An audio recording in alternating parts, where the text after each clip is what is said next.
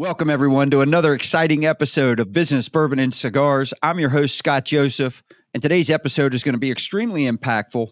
We're diving into a topic, in my belief, is critical for anyone looking to succeed in today's fast-paced market or in business environment, and that's innovation and adaptability. To me, these are the keys to not just surviving, but thriving in any industry. And our guest today is someone who has consistently demonstrated these principles throughout his entire career, and that's Dave Boyle. Dave's a seasoned executive, literally over 30 years of experience when it comes to innovating and adapting. He's been at the forefront of some of the most significant technological advancements in the industry, including the founding of MPI and leading Traction to develop groundbreaking tools. But what's especially exciting and relevant to our conversation today is what Dave's currently doing is his role of as president of eBliss Global. So he's now working to revolutionize the automotive industry once again, and this time he's helping auto dealers diversify and adapt to the future by selling alternative modes of transportation such as e-bikes. And this in a world that's constantly changing. Dave's ability to foresee and probably more importantly, act on the future trends is what inspired me to invite him on the show, because it's this skill or this talent that I believe we can all use or get better at. So today we're going to explore how you can harness the power of innovation, adaptability, and strategic thinking to stay ahead of the curve in your own business. Before we dive in, I want to remind you, we need to subscribe to Me Plus Ultra. You can do that at meplusultra.com. Also, go to our YouTube channel, Me Plus Ultra Network. Make sure you subscribe there as well. By subscribing, you'll stay updated with all of our latest content, including interviews with industry leaders, tips for business growth, and much more. So with nothing left to say on that, Big Dave, welcome to the show. If I ever need a job, I'm going to have you write my resume for me. Well, I gotta. Well done. You didn't know that you had accomplished that much, did you? I had no clue, dude. I mean, seriously, you make me sound a lot smarter than I probably am, I think. All right, let's dive right in. With us. Start off by sharing a little bit about your journey with us and what drew you into the auto industry and how did that kind of shape your career? Well, you know this story a little bit. I mean, what drew me into the industry was I needed a job, right? I mean, I was always on the fringe of the industry. You know, I spent 9.5 years as a professional race car driver back when I was in my late teens, early 20s, and was sort of in the fringes with the number of the OEMs, Ford and GM in particular, in Canada, and just woke up one day and realized that I was never going to make a proper living at this. You know, I was good, but I was not good enough. And I decided just like that, cold turkey, to retire. And then I needed a job. So how tall are you, Dave? I'm tall, 6'3". I'm not doing that. You're thinking of those little cars. No, I was in big cars. Oh, all right. I was trying to not formula cars. Not formula cars. No. I was in more the big bodied cars, stock cars, Trans Am type cars, those types of cars. So, but anyway, that's how I kind of got started. It was really by accident. I mean, I had no intention of,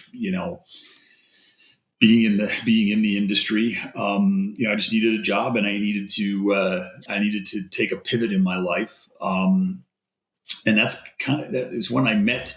It wasn't long after I made that decision was when I met, my mentor and it was Les Silver, who was the founder of New Gen back in the day. I was one of the early stage employees. I was employee number 2. And when we reinvented ourselves in the US as New Gen Results Corporation, he was employee number 1. I was employee number 2, and followed him from that company over to MPI that you mentioned when we were sort of leading the revolution of digitizing inspections and putting those on tablets and whatnot. And then into Traction, and then, as you mentioned, where I am now with eBliss Global and e-bikes. So it's been a interesting career that would have not probably gotten started had not been for Les Silver. So I always have to put that plug in for him when I do these interviews. I've interviewed you before. We've talked a lot. when you look at your career, adapting, innovation is what just screams out. So I thought, man, this is good episode here because to me, like I said in the intro, right, it is so important, I think, for any business leader to have those skill sets or that talent. I think Steve Jobs, I'm going to butcher this quote because I don't have it in front of me, but it goes to his philosophy on innovation, right? It's about, see if I can somewhat come close, at least make my point. And that is, it's like, don't design what the customer, the client currently wants, because by the time you build it, they'll already want something else, right? So you got to look ahead and what are the trends. And I think you do a really good job of that. And I think your track record, whether it's Nugent, MPI, Traction, and now eBliss, demonstrate that. So what were some of the, I guess, pivotal moments that defined your approach when it comes to innovation and leadership? Well, I actually find that quote and that whole philosophy that he had, in terms of, if you design for the present, it'll be obsolete by the time the future is there. And one of the things I learned very early on in my career with working with Les was this notion of they don't know what they don't know. And, trying to use that as a backdrop behind, what is the next best thing? Because quite frankly, for me, one of the things that drove me and was the appeal to these types of companies, because trust me, it's not easy. I mean, when we pivoted and even in the beginning at NewGen back in the day, when we were talking to dealers about CRM, I'm talking back in the late 80s, early 90s, Scott, that people didn't know what the term meant. I mean, first of all, I am that old. And second of all, that was the case back in those days. I mean, dealers didn't worry about stuff like that. Most industries didn't even have a concept of what relationship management was, about. And we're out talking to dealers about, you need to start to manage your customer relationship, because there will be a day when you don't have cars lined up out to the street at 7:00 in the morning in your service drive. And lo and behold, it didn't take but a couple of years, and that came to fruition, unfortunately, for dealers. And same thing with inspections. When we launched inspections, it was all about, all right, what are we doing them for, and how do we make it better than what we are today? And what drives me is, I would quite frankly be bored, if I was just trying to sell regular stuff. Like to me, what gets me up in the morning is selling things to people that they don't know they need, right? And that goes back to that concept that Les used to drill into my head, was that they don't know what they don't know. And I think that, one of the things to me that drives people that are leaders in innovation is that notion, right? Is always trying to think of what people aren't thinking of. And then the challenge in that is to figure out a way to convince them that they need it and they're willing to pay for it. And I think that's one of the things that I have really been successful at in my career, really, is both of those pieces. Obviously, coming up with the technology is part of it, and I can't take all the credit for that. Les was a big role in that. In my current company, here with eBliss Global and Always Bikes, Bill and the other partners in the firm have played a big role in that. But what I really love to get into is trying to get into the psyche of whoever the client is, in this case, car dealers, right? And try to figure out a way to convince them to do something that they don't think they need to do. And I've spent a good chunk of my career, as you and I've talked about, doing just that, right? And just so we're clear, it's not like you're trying to talk people into doing something they shouldn't do. It's you see the challenge of saying, guys, this is what's coming down the path. This is what you need to prepare for. You can be a step ahead and really differentiate yourself from everyone else. That's that's the challenge you're speaking of, right? Right. As an example, when I was involved with MPI, with Les, with, the inspections were, as I mentioned, it wasn't costing them anything. They were doing it on paper, and we were trying to charge thousands of dollars a month. And, the premise behind that is that the service business is going to continue to change and evolve, and you're going to need to rely on it more heavily in the future. We were able to foresee that vehicle sales were going to start to become a challenge for dealers, and they were going to need to rely on more contribution from fixed in order to generate the necessary level of profitability for their business. And one of the ways to control that, obviously, is through finding other work to do when people come in. And inspections were always sort of an ad hoc type process. Some technicians were good at it, some technicians weren't good at it. And we were able to make the case that there was tens of thousands of dollars a month being left on the table because of the ineffective execution of a very simple process. And by putting that very simple process in a computer and giving the service manager the ability to manage the execution on a tech by tech basis was really what was the business case behind that company that became, as you know, a $500 million company at one point when it got sold. And it was a fairly simple premise that we started with inspections, which was give a tool to allow a service manager to be able to manage his technician's execution and service advisor execution of what is a pretty simple process that most people just overlooked, the importance of it. So, yeah, well, you and I met when you were running Traction, and I found it to be a similar story in the sense that at that point, right, obviously there's a trend or a shift going towards, we know the only variable is time. At some point, electric vehicles, or we'll just say non-gas vehicles. We don't know what it's going to be in the future, right? But as of now, it looks like electric, right? And so that's coming down the path. And with that means less parts, less traditional reasons why me as a car owner would need to go to a dealer for regular service, maintenance, preventative maintenance, things such as that, which could have a major impact in loyalty, right, towards that dealer. If I don't have to go to the dealer as frequently as I had to with my gas vehicle, odds are I'm going to be more likely to go other places. Yeah.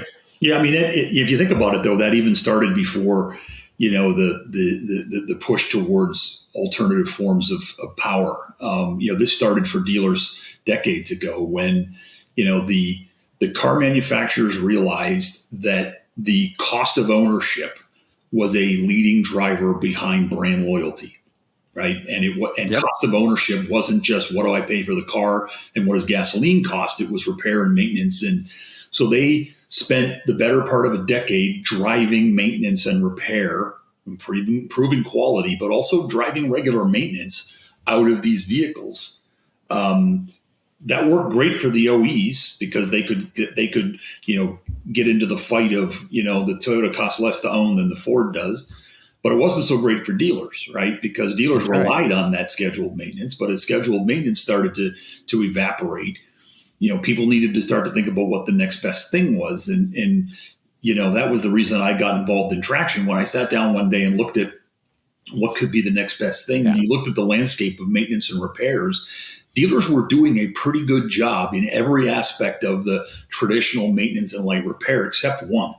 And the big glaring opportunity was the 6 to 7% retail penetration they had in tires, and then the connection of that with retention and loyalty and all of those things that made sense. But it was clear to me and the reason that I joined that company and we had some success with it was there needed to be a better way to sell tires. Right, dealers needed to find a different way to sell tires, and it was that desire to try to always be looking for something that's the next challenge, which is again what I like to get involved in. If you ask my wife, she'd think I'm crazy because it does also come with a significant amount of stress most days, right? Because there's probably a lot easier way to make a living than doing this. But I honestly really enjoy it, Scott. It is I couldn't get up in the morning and just sell a widget. I mean, I could, but it wouldn't make me very happy.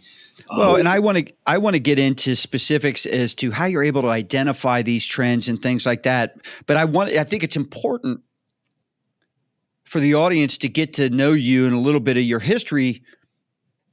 So when we start talking about this, they're like, man, this guy knows what he's talking about. He was ahead of this. He was ahead of this. He was ahead of this. Right. And so what got you into the e-bikes? What got you into running eBliss? And I guess really the question is, how do you see e-bikes fitting into the future of auto? So in the general sense to your question, Scott, to me, it's, I'm a student I consider myself a student of this industry. I love this industry. I've always loved this industry, even though some days it drives me crazy. And I also love knowledge. And again, I don't know whether, this is something that you can teach or whatever, but, I like to look at things in a very critical and analytical way. I always have been. Again, it's sort of the thing that sort of drives me when I get up in the day is, what problems can be solved. And the reason that I made, some would say, a fairly drastic pivot, into the e-bike world, was just because of that. Right. And, I spent 30 plus years working in this business exclusively on the parts and service side.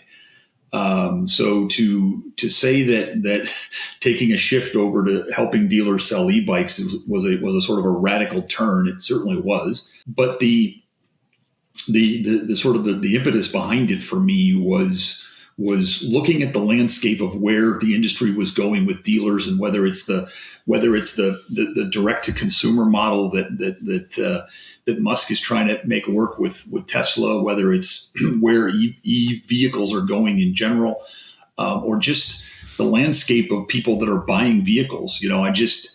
I did a poll on LinkedIn, which I had to get our friend Sandy Cerami to help me do that, because I may be a good technical guy, but sometimes even using LinkedIn can get me a little bit confused. But I did a poll. Well, you need a doctorate. You need a doctorate to get through some of your posts. I've seen them. Thank you. Appreciate it. It's that knowledge coming out, Scott. Come on. No, so I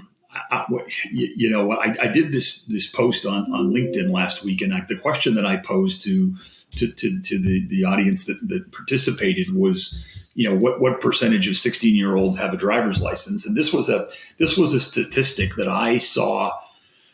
Gosh, I bet you it was 5 or 6 years ago now. I read an article. I can't remember where it was, and I saw a statistic that somebody had posted, and it was this radical downward trend of the age in which people were getting their driver's license. And see, this is the way my brain works. I couldn't stop thinking about that, because to me, that was both a problem and a potential opportunity, right? Because when I looked at that, I thought, wow. But by the way, the number of 16-year-olds that are getting their driver's license nowadays is 25%. Okay, and see, this was one of the things. I'm glad you're going here, because eventually I was going to ask you, like, what are some of the things you look at to be able to identify these opportunities? So here's a perfect example of kind of where you're like saying, wait a minute here. This is a trend that's not necessarily good for auto, but at the same time, what are they doing? Where is the opportunity? So I keep going with this. I love this. It really is all about where the dealer's future and where they're going to cultivate the future client, right? And if you look at when I saw this statistic that was 25 at the time I saw it, I think it was 26%. It's now 25% of youth to 16 years of age getting their driver's license. And I remember thinking to that, wow, that's such a, why? First of all, my initial reaction was why?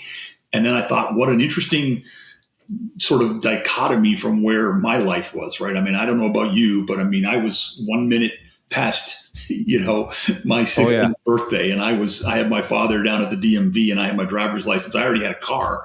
I bought a car 2 years earlier, and was fixing it up, and so on and so forth. But I can do one better. I was sneaking out my dad's demo when he'd go away on 20 groups at the age of 15. Exactly. But think about that, Mr. Jeff Weiler doesn't want to hear that, but that's what was happening. Think about that for a second, though. If you think about that, I mean, that could be a very innocuous statistic, right?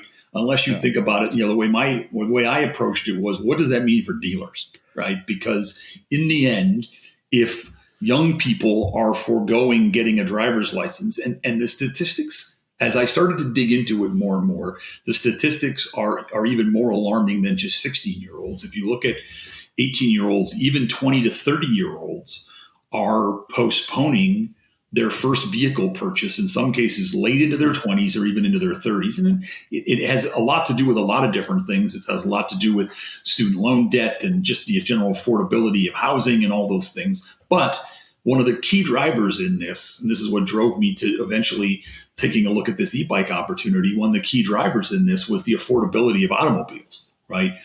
And, that was it was that thing that got stuck in my mind. And when the opportunity presented itself to do something with e-bikes and dealers, I remember thinking back to that day a couple of years ago when I read that statistic, and I'm thinking this could be part of the solution. It's not the only solution, but it could be part of the solution. And I believe passionately that the industry needs alternative forms of transportation for a lot of reasons, and affordability is one of them. Right? If dealers are not going to see a new customer until, let's say, potentially late into their 20s, early into their 30s, it is such a departure from where it was back, when both you and I got started in this business. And I think, the delay in that creates just a huge issue for the dealers. And you combine that with, the other thing that I've been very passionate about in the last 5 years is sort of this sort of homogenation, if you will, of the automobile industry. And the fact that, if you ask the average person, I remember going down the road when we were on vacation with my father, and my father was a big car guy and I was a car guy. And we would play this game where we would see a car coming, and just by the grill, we would try to guess what the year, make, and model was, right? Could you imagine a 16-year-old or a 17-year-old doing that today? First of all, they wouldn't care to do it. Second of all, they wouldn't be able to tell the difference. The fact of the matter is that, a Chevy looks like a Toyota, looks like a Nissan, looks like a Kia. I mean, they all look the same nowadays, for better or for worse.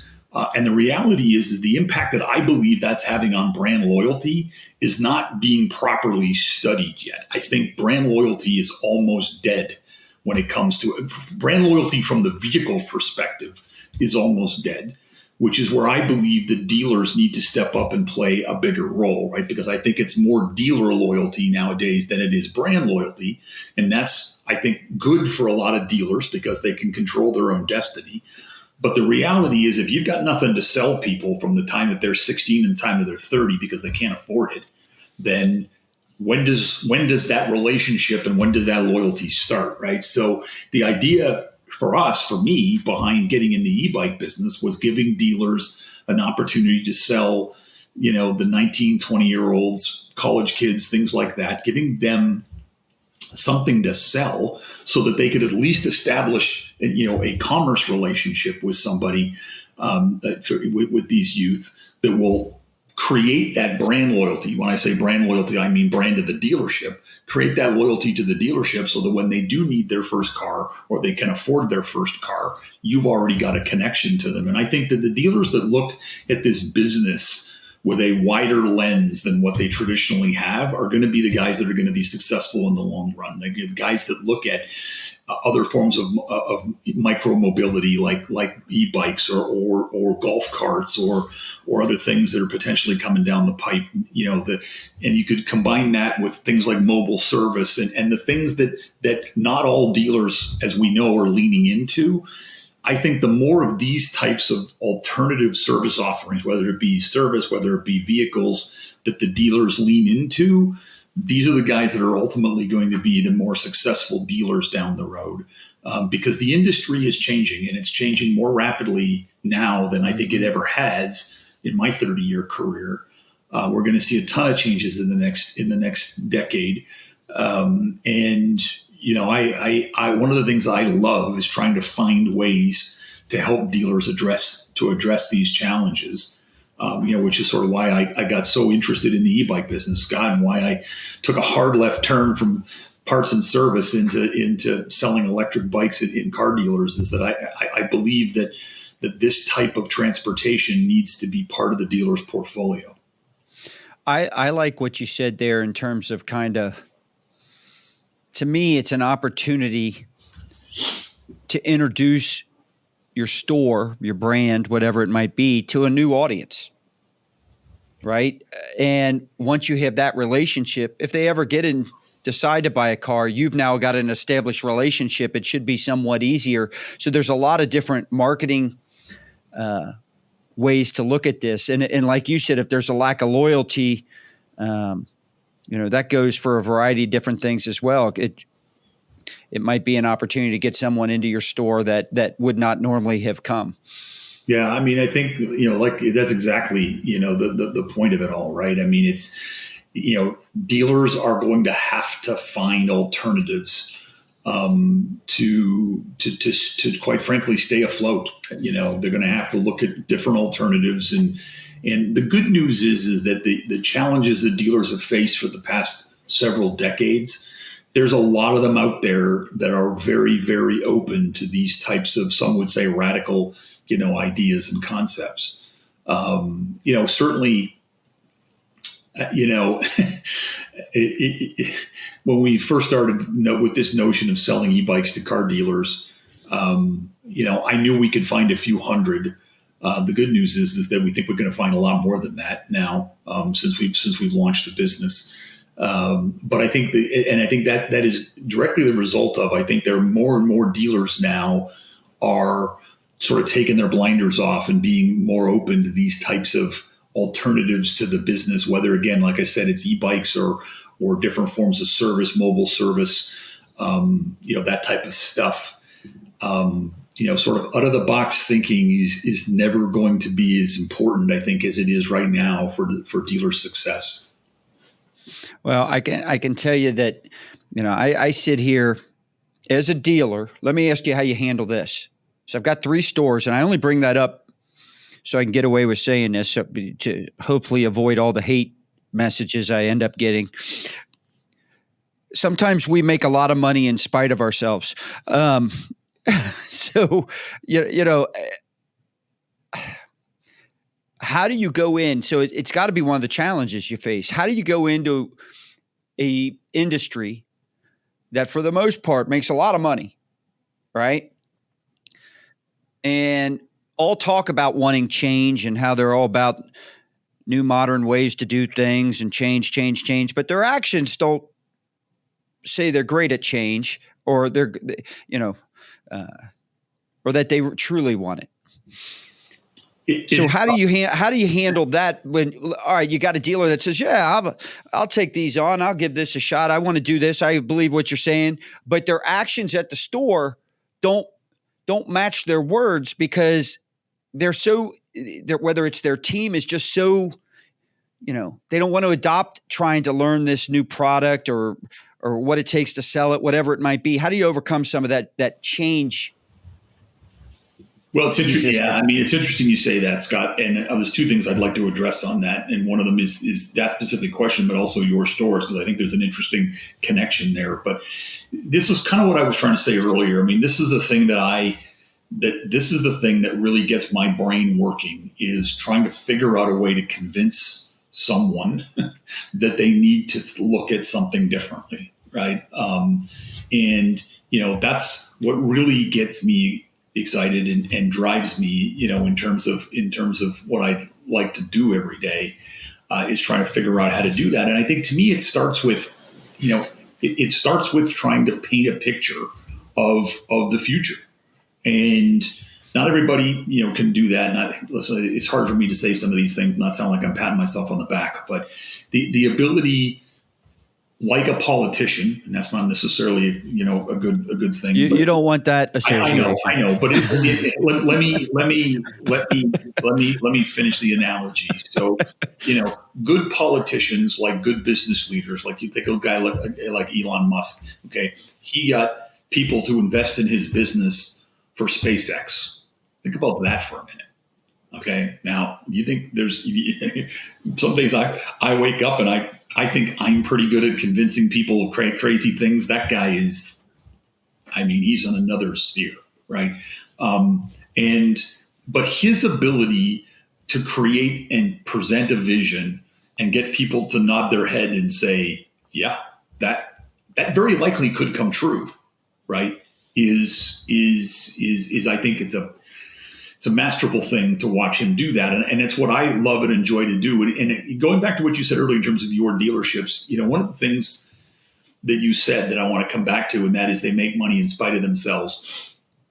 If you look at where, and for those who don't know, your stores are Honda stores right now, right? Obviously. And Honda and Toyota, put your seatbelt on.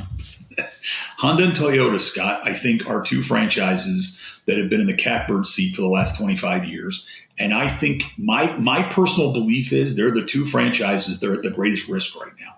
And let me tell you why, right? Because for the past 2 decades, they've had to deal with zero adversity, right? Let me show you a good dealer. I'll show you a good Mitsubishi dealer. Let me show you a good dealer. I'll show you a good Nissan dealer right now. Yeah. Somebody that can make money at a Nissan store right now knows how to make money no matter what they're selling right now. Yep. The Honda dealers, and I mean no disrespect, but the Honda dealers right now can get up in the morning and make money and not even try. Toyota dealers the same, right? And this notion of these 16 to 25-year-olds that aren't buying cars, right? So let's just say that comes true. And let's just say that for the next 10 years, 15 years, 20 years, your Honda dealer sees none of those customers because you don't buy into the fact that you don't have anything to sell them. But the Chevy dealer down the road does, and they start attracting those customers. You could make the case that your Honda customers are literally dying. Right? Because, as people get older and pass on, if you're not feeding new customers into the bottom, eventually you're going to run out of customers. Right now, that's a big, broad picture. And most people are going to say that I'm crazy for thinking that way. But the reality is that we all need a little adversity to prosper. And when I talk to Honda and Toyota dealers right now, I'm going to get myself in trouble for saying this, but the level of arrogance is palpable, right? They don't believe they have to do anything different, quite frankly, Scott, because they've had it so good for so damn long. And I worry about that, quite frankly, because nothing lasts forever, right? And if you believe in the notion that we're not connecting with younger consumers right now to sell them things, if the dealers that need it more today, like the Chevy dealers and the Ford dealers that don't have the same level of profitability on a per car basis that you guys do in a Honda store, right? The guys that need it more and are willing to lean in and do some things that are a bit out of the norm, right? If they start connecting with those younger buyers and they start to build that framework for their future customers, and the Honda and the Toyota dealers don't, because they think that the product is just going to be there and always be there, and people are going to be loyal to Hondas and Toyotas forever. I personally think that's a mistake. I do. I mean, listen, Honda and Toyota make great cars, but so does everybody else, and the fact of the matter is, it's about managing your customers, and a big part of doing that, in my opinion, right now, is figuring out a way to attract these younger buyers, into the fold. Funny you mentioned the Honda. So I was in a Honda store, not yours, but I was in a Honda store a couple of weeks ago with a friend of ours. And, I remember when the Civic came ashore. I remember that car, right? I remember thinking it was goofy looking, but I also remember that it was so damn cheap that I thought, wow, you could probably tell better than I, what a base Civic costs nowadays. I mean, I was blown away, Scott, at the price of that car, and not in a good way. It's not a cheap car anymore. No. It's a very cool car now, though. I mean, it's all the features and bells and whistles. And I mean, that's part of the problem. And I could go on for this for hours, and I won't, but that's part of the problem, right? Is that we become sort of a feature forward industry, right? Where, the way we try to sell vehicles is just by adding more and more features to them. And, the implications of that are that they're getting more and more expensive every year. And we've literally priced ourselves out of the bottom end of the market, right? We just have, I think I told you this story. I can't remember now if I mentioned it already, but I think I told you the story about talking to a dealer up in Jersey with Sandy, and I asked him, is there such thing as a good $10,000 used car? And his response to me was, yeah, you just got to decide which half of the car you want to buy, right? Because the reality is that the cheapest used car he had on his lot was $20,000 and up, right? And a lot of younger buyers, even 25, 30-year-old that are coming out of college with student loan debt and they're trying to get an apartment, they can't afford a $25,000 car, $30,000 car. They can't. That's right. And I believe that we can through Always and through our e-bikes. I think we can offer people an alternative form of transportation that's very affordable, safe, get them to and from wherever they got to go, particularly in the more urban markets and things like that, where it makes more sense, to have this type of a product. I had another conversation with a customer that's being launched right now with us, and he said to me, Dave, he said, 1 or 2 times a day I get somebody in here who's got a job, all right, and needs transportation. It can't afford a car and also has a 400 FICO score, and I can get them in something even if I want it, right? Yeah. And I have nothing to sell them. They want transportation, but because of their position in life right now, I've got no way to help them elevate themselves and get and keep their job so they can get to and from work, which is one of the big factors behind why this particular dealer in Hawaii.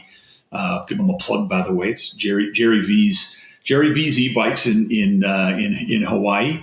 They've got a Stellantis store and two Hyundai stores that are now selling our product. But he was like, listen, this is why I'm doing this, right? I now have something that I can sell people that I didn't have in the past. Let me ask you, you gave an example there of a dealer that's doing it. Share an example of how like the auto industry is starting to incorporate e-bikes into their business model. Well, it's, they say that, what's the old saying? I'm going to butcher this one now that's all right. We do that all the time on this show. The imitation is the highest form of flattery or whatever is one of those sayings. And, I remember, again, going back to my earlier days, I remember when we were at New Gen, and I remember the day we got one of our first real big competitors, and it was one of the DMS providers. And I remember I was young, and I went into Les's office, and I was like, oh my God, we've had this playing field to ourselves for 3 years. The world it's over, man. We're going to give up. And, he's always one step ahead of me from a wisdom standpoint. He said, this is the best thing that'll ever happen to us because it brings legitimacy to what we're doing. Yeah. And I've come full circle in my life because, one of the younger guys that works for me at Always was a little panicky last week when there was an announcement from Ford that they were launching their own e-bike. And he was like, oh my God, are we not going to be able to sell to any Ford dealers? And this is terrible, Dave. And I became the Miyagi, I guess, at that point. And I said to him, I channeled my inner Les Silver, and I said, look, this is the best thing that's ever going to happen to us because it brings legitimacy to what we're doing. And I have to tell you that since Ford made that announcement, I can't tell you the inbound phone calls that we've taken, the people that want to interview me from different media forums and things like that. Because it is bringing legitimacy what we're doing, and the interesting part is that Ford's not the only one. Porsche's got their own e-bike, Audi's got their own e-bike, and now Ford has a branding situation with an e-bike, and but just think about this for a second. This entire show's been about adapting and innovation, and I let off talking about your past and your experiences and how you have this knack, this skill set of being able to identify these type of trends, come up with these type of solutions. You just mentioned Audi, Ford. What was the third one? Audi, Ford, and Porsche. Porsche. Just mentioned 3 huge companies, all the R&D. And I know you. I promise you did not spend years and thousands and hundreds of thousands of dollars in R&D. You probably, like great leaders do, something starts with an intuition. You recognize something, and then there's an intuition. Then you start looking at some data points, right? And start studying the data. So you go intuition, data, and then you make a decision. You beat all of them to the punch in terms of where this needs to go. And now they're doing this. So yeah, it does validation, but it also screams to the point of the importance of being able to keep your eyes wide open and recognize these trends, trust your intuition, then dive into data and make intelligent decisions. And so to me, it just screams straight to the credibility of what we're talking about with you and why you're here. And again, full disclosure, obviously, not just me, obviously. I mean, Bill Clem, who has become a good friend of Business Bourbon and Cigars, was the founder of this company. And Bill and I have known each other for 30 years from his days back when he was at Ford Motor Company. And it was the idea that he had and that we had sort of collectively of doing this with dealers that sort of brought he and I back together was can we figure out a way to convince dealers that this is a good thing? Because, obviously, and listen, I mean, selfishly, Scott, we're running a business and we want to make some money. But both Bill and I would be lying if we didn't say that a big part of this is because of, we've been in this business for so long. Our desire to try to help dealers is a big part of this, right? That's right. We want to make some money at this, but we also want to help dealers. And it was a pretty wonderful day when all of this stuff got validated, when we started to see these OEMs, come out with their own program. And I think that, who knows what was the impetus of it? I mean, it could have been some of the things that we were saying. I'd like to think that it was, listen, we've been screaming at dealers about this idea of needing an entry level vehicle. We've been screaming at the OEs for this as well. We've been talking to all the OEs about this as well, because if it's a dealer problem, it's an OE problem, right? So you mentioned one data point. So you have this intuition. First, you saw this data point of, 16-year-olds and the percentage that were no longer getting licensed right out of the way or getting a car. So that probably gives you this intuition. Then you start looking at other data points, and I've heard you talk about it. What's the percentage of people in terms of driving? What is it, inside 1 mile or 5 miles? What is that? 1 mile. What is that? No, what is that? Of the 110-ish, 109 million single person car rides in this country every day, 30 million of them are less than 1 mile. And if you think about that, again, this is what gets my brain going, right? And I actually read, I think it was Steve Greenfield, to give him a plug. I read something that he put on LinkedIn the other day about. By the way, we're trying to get him to the next event. Yeah, that'd be wonderful. He's such a smart guy. He is. I think that he wrote something recently that I loved, which was on LinkedIn, which was this notion that range anxiety is a fallacy, and it is, quite frankly. I mean, we're sitting all here talking about these e-vehicles don't have enough range, but yet a third of the car rides every day are less than a mile.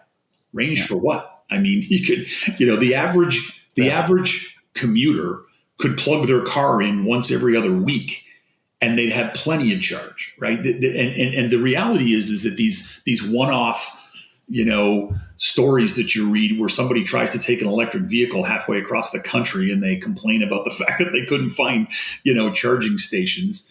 I mean, is that an issue? Sure it is, and it's why, one of the phrases that I coined when I started with eBliss was this notion of the hybrid garage, where I believe that the garage of the future has a little bit of everything. It's got a 1 mile vehicle like an e-bike.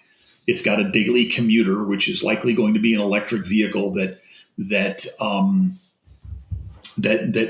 I commute my 10 or 15 miles a day to work or less. And then either some sort of a long range vehicle that either I own or I've got some level of fractional ownership in. And I believe that these, and unfortunately, I think they were a little ahead of their time, but these companies that offered fractional ownership and whatnot that kind of blew up a couple of years ago, if you recall, these fractional ownership businesses, they were ahead of their time. I think this is one of the futures, because I think that having a specific vehicle that fits a specific need, hence the hybrid garage, and the fact that people do have different needs, right? I mean, how often do you need a vehicle that gives you a 300-mile range?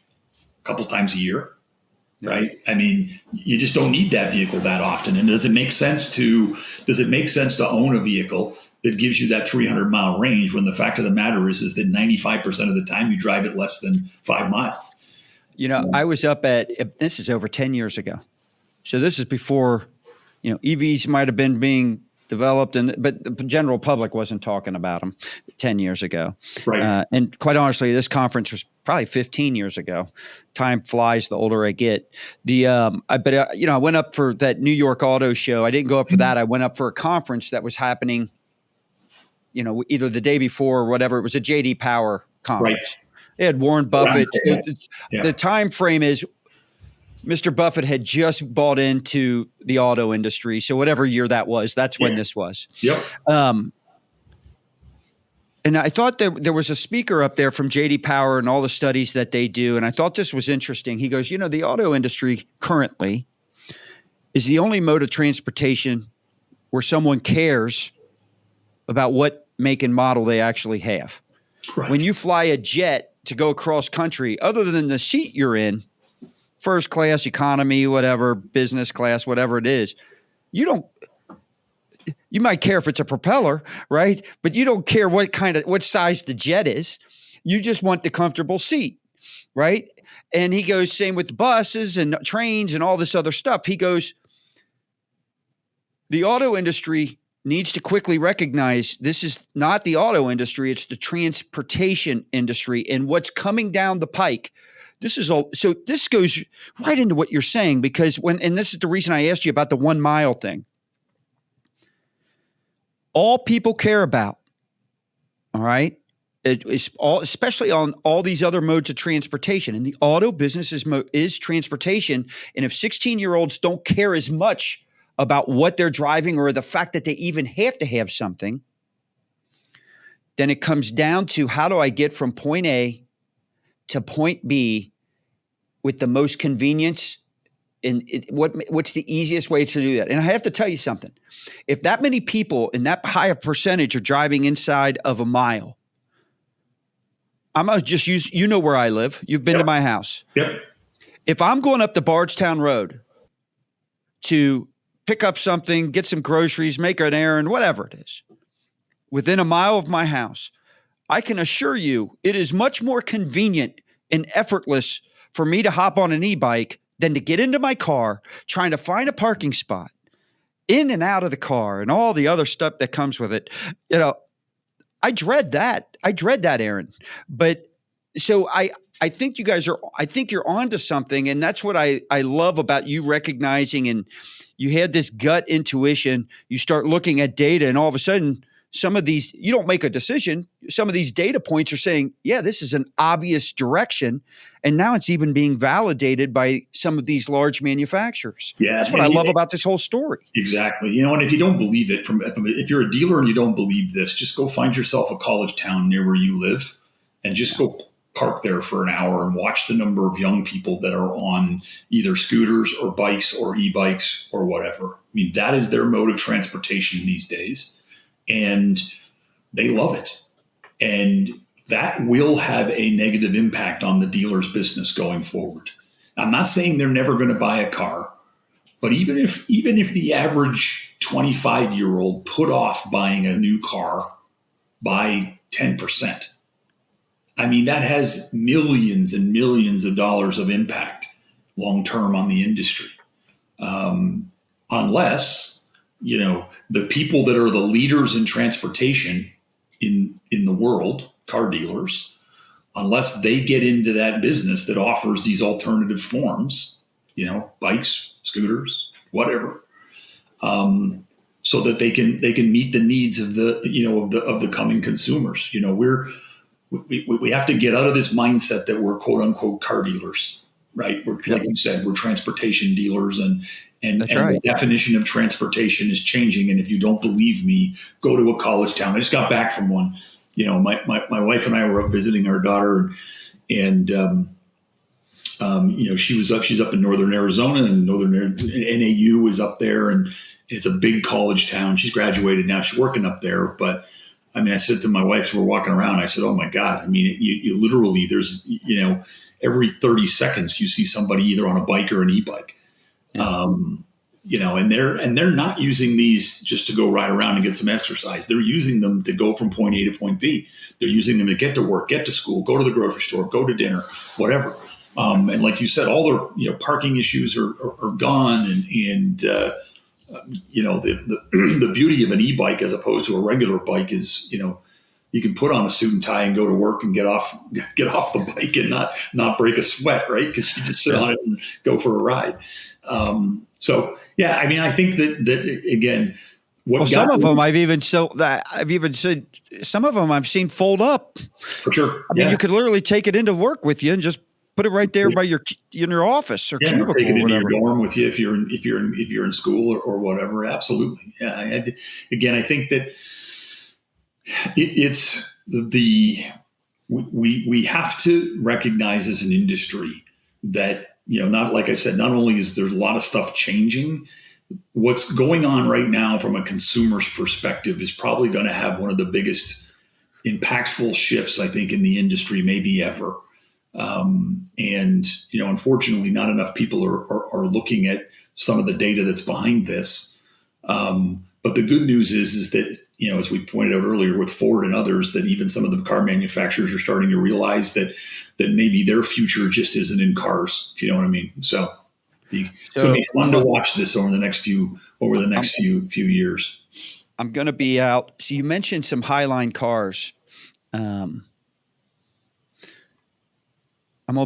You should be out. Are you going to Monterey Car Week? I'm not. I'll go if you want to buy me a ticket. I'm gonna be out. I'm gonna be out there. I leave Thursday, and that's because you're a Bentley. Right? By the time this airs, it'll be in the past. But yes, and that's who I'm gonna be out there with. I'm gonna bring it up. I'm gonna see if I can get you introduced to them.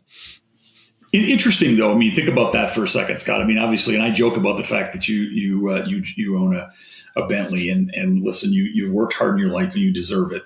But it's interesting that, again, you're going to an event that the vast majority of people that are going to be at this event are auto enthusiasts, right? That's correct. The people that go to this thing. Yep. And again, it's not just Bentley owners that obviously, because, the price of the vehicle, but, those types of events, I believe, are going to ultimately disappear. Yeah.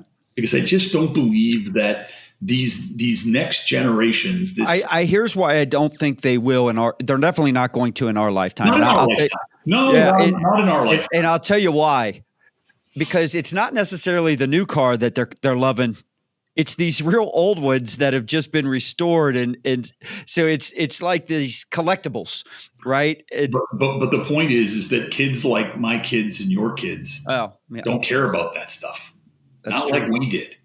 Yeah. They don't care about old cars. They just don't care about old cars. They don't care about if you saw what Bentley and Rolls charge for their picnic baskets, all right, you really want to get them into getting them buying your bikes, because you probably buy a fleet of bikes for the price of the picnic basket. Oh, you could. That's not an exaggeration. I'm sure you could. So there are plenty of business owners, leaders out there, and all right, so hopefully they're starting to recognize, listen, keep your eyes open, pay attention to some of the data. You get a little gut feel, you get some intuition on that, recognize that, don't ignore it, dive into some of the data, look for new opportunities, look for threats. Let's say they do all that. Right. All right. Some of the simplest things we've tried to adapt with our businesses or make some change, and change management is not easy, especially if you've got a business that's done a certain thing for a long period of time successfully. What strategies have you found most effective in helping, say, traditional businesses adapt to new trends in tech or innovations? Well, I think it starts with a mindset, Scott. And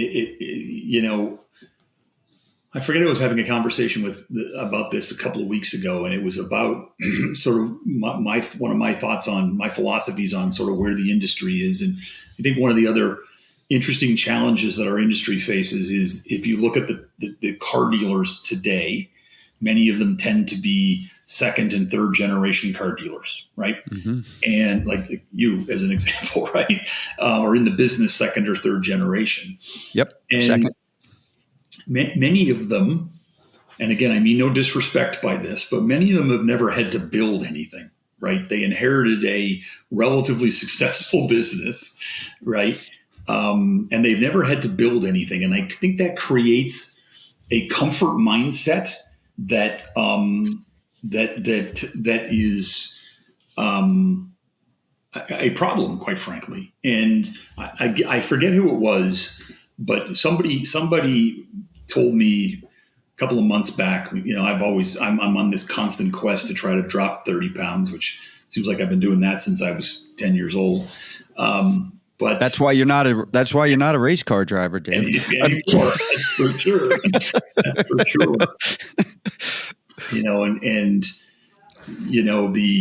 The quote that the guy had was, sustainable change requires a constant state of uncomfortableness.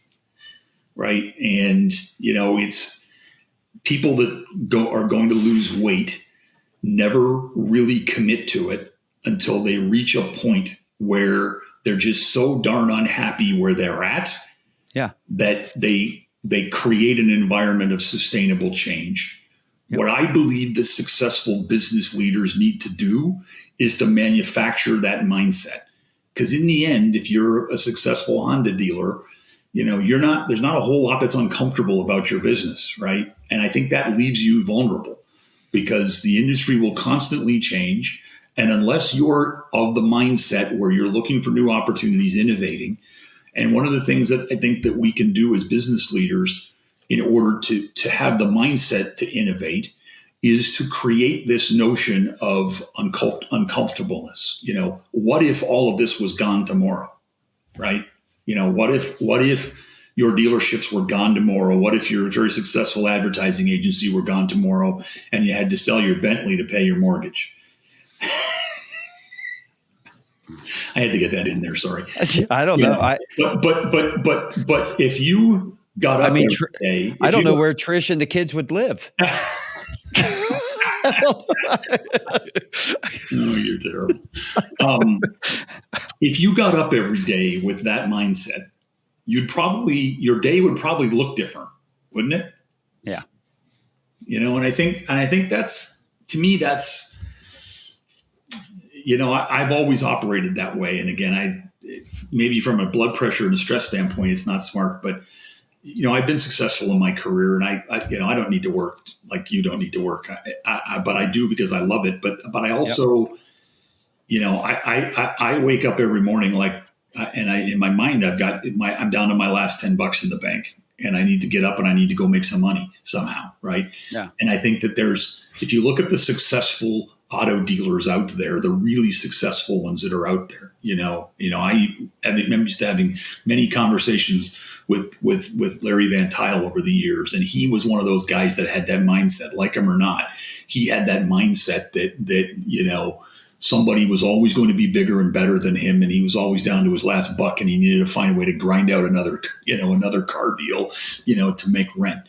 And I think that as business leaders, we need to find a way to manufacture and cultivate that in our minds, because it's what keeps us going, right? It keeps you driving. It keeps you open to innovation. It keeps you open to... It's like always investing. There's that belief out there with a lot of people that say, listen, if you've got a lot of liquid, say cash, right? You want to get that money invested. You want to almost always feel like you have nothing. Yeah. Right? Like you're broke, whether you have the assets or not, because it's easy to get that feeling of comfort, and you get fat and lazy is what happens to you, right? And you do, but it also makes you very shut off to new things and innovation, right? Because it's like you said, and you said it, why do things differently? Because right now things are really great. Yeah. And I think, and again, that goes back to what I said earlier. I think it's one of the challenges that our industry faces is that the vast majority of dealers today, are not first generation dealers. They inherited very successful businesses, and they've never really had to scrap and build and grow anything. And, I'm sort of opening our veil a little bit here, but when we're looking for a dealer to be an always dealer with our e-bikes, because we're not looking for thousands of dealers, we're looking for a few hundred, Scott, and that allows us to be a bit selective. And one of the criteria that we are using is is sort of this scrappiness factor, right? Like I want to find dealers, which is why we're right now we're gravitating towards franchises that the operators need to be a bit scrappier, right? I mean, it's tough to be a Nissan dealer right now. It's tough to be a Ford dealer right now. I would not want to be a Stellantis dealer right now. Their product's not great, and they've got a lot of challenges, right? And I think that that scrappiness creates good operators, right? And I think that the lack of that on the other side, like we talked about with Toyota and Honda and whatnot, creates the opposite, right? It creates, complacency, and I don't have to think outside of the box because I'm inside my box and it's pretty comfortable in here, right? There's not a whole lot I'm worried about right now, until there is time to worry about something, right? And there's always an until in this industry, right? I mean, back in the 80s when I got started in this business, I mean, there was no Toyota and Honda yet. And if you were a Chevrolet dealer or a Ford dealer, that was the be all to end all. Well, it's not anymore, right? Yeah. You know what? If you want to buy a dealership right now, and if you can find one for sale, you want to buy a Honda store, you want to buy a Toyota store, right? You don't want to buy a Chevy store, you don't want to buy a Ford store necessarily. Christ, I've got dealers telling me they'd take a Hyundai point over a Chevrolet point right now. Think about that. Yeah. Right. I mean, it's amazing. And it hasn't been all that long. Let me ask you this question. What's been the most challenging part of introducing the e-bikes, Always bikes?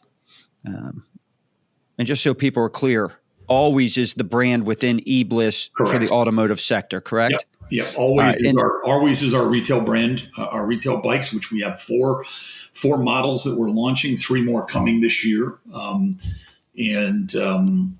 We've got 7 locations now live and 2 more coming on right now. Nice. I'll give the guys a plug. We got the Denoyer Group up in Michigan. We got Jerry V's autos in Hawaii, as I mentioned, and then the next one we got coming on is actually another great friend of the Business Bourbon and Cigars and the Roundtable is Brady Schmidt and Puente Hills Ford. Great. And again, you want to talk about the guy that checked the boxes, right? Brady's a first-time dealer, right? He's been in and around the industry his whole life. Great businessman. Brady is the absolute definition of a scrapper, right? I mean, he didn't inherit a dealership. He bought one that had a lot of problems, and he's worked his ass off, quite frankly, turning it around. Doesn't get into something for small stuff. And he's the kind of guy that we want to partner with, right? Because he's willing to scrap this out and make it work. But we've, the biggest challenge that we're finding now, to go back to, and then how do you overcome it? That was going to be my follow-up to it. Sure. Yeah. The biggest challenge that we've got right now is, we're able to convince the dealer, especially forward-thinking ones like Brady and others, that this is a great opportunity. We often find that some of that inherent complacency is very deeply rooted inside the stores, right? So you've got the old school sales guy that is making a pretty decent living selling 12 to 15 cars a month. He has no clue how much money he could be making if he just put a little bit more effort into it. If he just followed up with some of his existing customers instead of standing out on the showroom floor catching ups like an old school sales guy, and working in and around some of that old school thinking and some of that complacency, is something that we're working hard at right now, right? Because again, getting share of mind with the salespeople and the people on the floor and whatnot is a challenge, and how we're overcoming that, Scott, is we're again, it's always been about what's in it for them, right? And yes, we're finding that some of our best opportunities to sell these things are not actually on the showroom floor, that they're in the service department, and it's very simple processes like, hey, your car's in for service and you're waiting in our waiting lounge. Hey, did you know that we're selling e-bikes now? Have you ever seen them? Would you like to take one for a ride? And it's just that simple. And a service advisor can often engage the consumer very quickly in a test drive. Our data shows that once we engage them in a test drive, that next leap to closing the deal is relatively short. and quick, and we can get a customer, in and out for service and sell them an e-bike while they're there.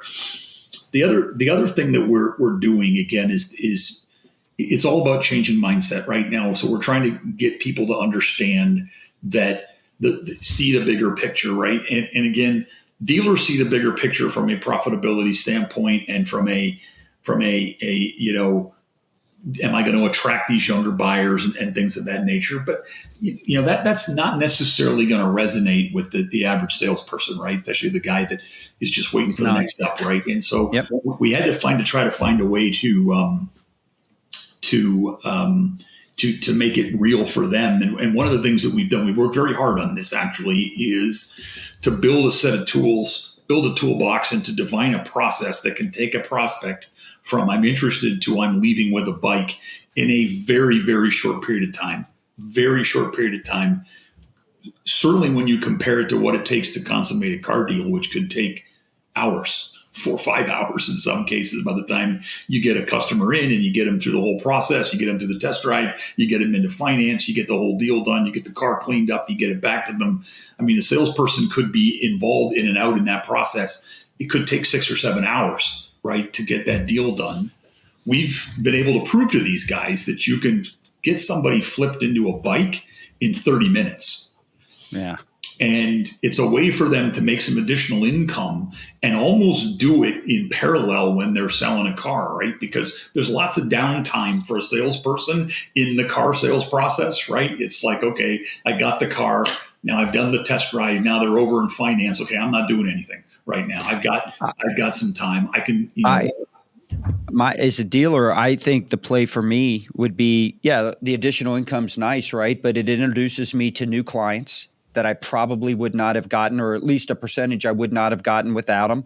I think there's a sustainability play there, long term for my store's health. It allows me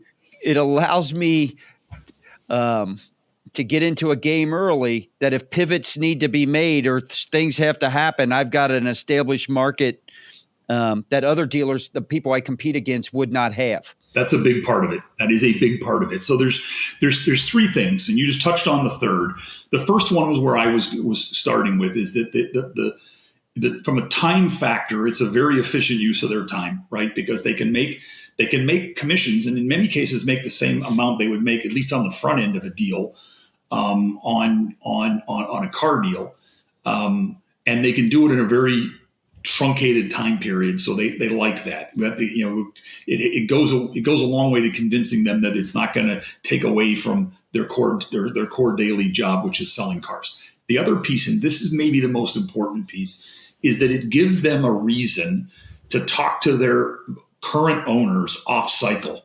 This is huge, Scott. Yes. This is huge. Good point. Okay. It gives them a reason to talk to their customers off cycle. And if you think about the things that we've done in this industry over the years to try to talk to people off cycle, I mean, we've gone from postcards to cookies to birthday notifications. I mean, we've done all this. That cookie company ended up doing quite well. Pretty good. It did a pretty good thing, didn't it? Yeah. Who would have thunk that a cookie company would be worth $500 million? Yeah. Obviously, they weren't a cookie company all along, but these were all businesses that were built around creating tools to allow salespeople to stay connected with their customers off cycle, so that they remain connected to them. So when they come in cycle, right, there's a connection there, right? Now we have a reason to talk to them rather than to call up and say, hey, Scott, just checking on your Accord, how's it running for you, right? It's now I got something that they might actually want to buy, right? So it's the concept of picking up the phone and saying, hey, you know what? I'm not trying to talk you into trading in your Accord today, Scott. I kind of want to let you know something new that we're selling. We're selling e-bikes, and have you ever looked at an e-bike? And so it gives them a reason to stay connected to their consumers, which is a big, big positive for them. And then the last thing you touched on is making sure that they're intimately aware that this is their entree into these younger consumers, right? That are Yep. likely, if they can do the work that they all want to do, become customers for life. If you think about that one initial e-bike purchase for somebody who's 22, 23 years old, still going to college, needs something to get around college campus, that one e-bike purchase could be 5 or 6 vehicles over the course of the lifetime that you and or that dealership would sell that customer if you make that connection, as opposed to the guy down the street. And that's one of the things that we're really pushing on hard is, we're giving dealers large territories, Scott. We're giving them big PMAs where they're not only the only Honda dealer in town or the only Chevy dealer in town, they're the only dealer in town, period, right? So we make that case to the salespeople. Listen, you've got something. There's 50 dealers in your market, in your PMA, okay? Each store has 20 salespeople. Do the math. Okay, you're one of 200-300 salespeople in your market that can offer this product. All the rest of them can't. You've got that huge, unique advantage over every other salesperson, every other car dealership in your market. It's really leveraging those 3 things that we've had to sort of pivot to ourselves to make sure that we get the buy-in that we need from the people in the dealership that are going to be responsible for the day-to-day operations of the bike business. Getting the dealers on board has been relatively easy. The challenge for us has been sort of the rank and file and getting them behind this whole notion. So where can our audience connect with you and learn more about eBliss Global or Always Bikes? Well, you can email me at dave.boyle@alwaysbikes.com. Or they can either call me or call you, and we'll get them a ticket to the Business Bourbon and Cigars event that is going to be coming up in a couple of weeks now, right? When is it? Yeah, September 10, 11, 12. Yeah. I will be there, as you know. And I don't know, did we decide if we were going to do the thing we talked about? And I'm afraid to say it now, so we can edit it, right? We'll edit it out. So have you decided, if you took me up on my offer, that we're going to give away a bike, right? Oh, I thought we decided on that. I thought I already said we're going to do that. Yeah, right here. I think I just haven't figured out the logistics of what I'm going to do. I thought I already said, we're doing it. So once Scott figures out the logistics, which is code for once Bree figures out the logistics on how this is going to work. I am donating an e-bike to. It's actually one of our. It's a special bike. It's our $7,000 carbon and titanium e-bike that is what might be the most technologically advanced e-bike on the planet. And I am donating one of those to the Business Bourbon and Cigars community that Scott's going to figure out, / Bree's going to figure out some way to technically, we're using Business Bourbon Cigars to announce it for the Me Plus Ultra group. Me Plus Ultra, exactly. Yeah, that's right. Yeah. So if you want a chance to win this bike, sign up for Me Plus Ultra. And you'll get a chance to win this bike. So, we just, I love the fact that we can do stuff like this. And I really love it when people get an opportunity to ride the product. And there's nothing more gratifying is when I watch people and get on the bikes for the first time and get a chance to see how fantastic they are to ride. So, well, I can tell you, if I've watched different events, I've been at some of the events where I guess first timers have been on the bikes and they love them. The feedback's always good. Dave, I want to thank you a lot for sharing this journey with us and insights with us today. I knew your past, your experience, all the different things. I mean, hopefully somebody sees it the way I see it, in terms of clearly you are able to identify innovative opportunities, adapt quickly, recognize trends, which I think is important, obviously, if you're going to be innovative. They're not just buzzwords with you. They're real strategies for staying ahead. And I think anybody can, if they keep their eyes open and pay attention to some of the types of things you pay attention to and look for those opportunities, they can also stay ahead in their own industry. I think your work at eBliss Global is a perfect example of all this. And I want to thank the audience, our Business Bourbon and Cigars podcast community for listening. I hope that you guys have taken some valuable lessons away especially on the importance of being adaptable, being willing to innovate, and always looking for the next big opportunity. So if you're interested in learning more about Dave's work at eBliss Global or Always Bikes, be sure you visit, and I want to make sure I get this right, ebliss.global, correct? Or All right. alwaysbikes.com. Or alwaysbikes.com. That's probably the easier one. Alwaysbikes.com. And don't forget to subscribe to Me Plus Ultra at meplusultra.com and subscribe to Me Plus Ultra Network. That's our YouTube channel. That way you stay updated with all our latest episodes and contents. Cheers, everyone. Thank you.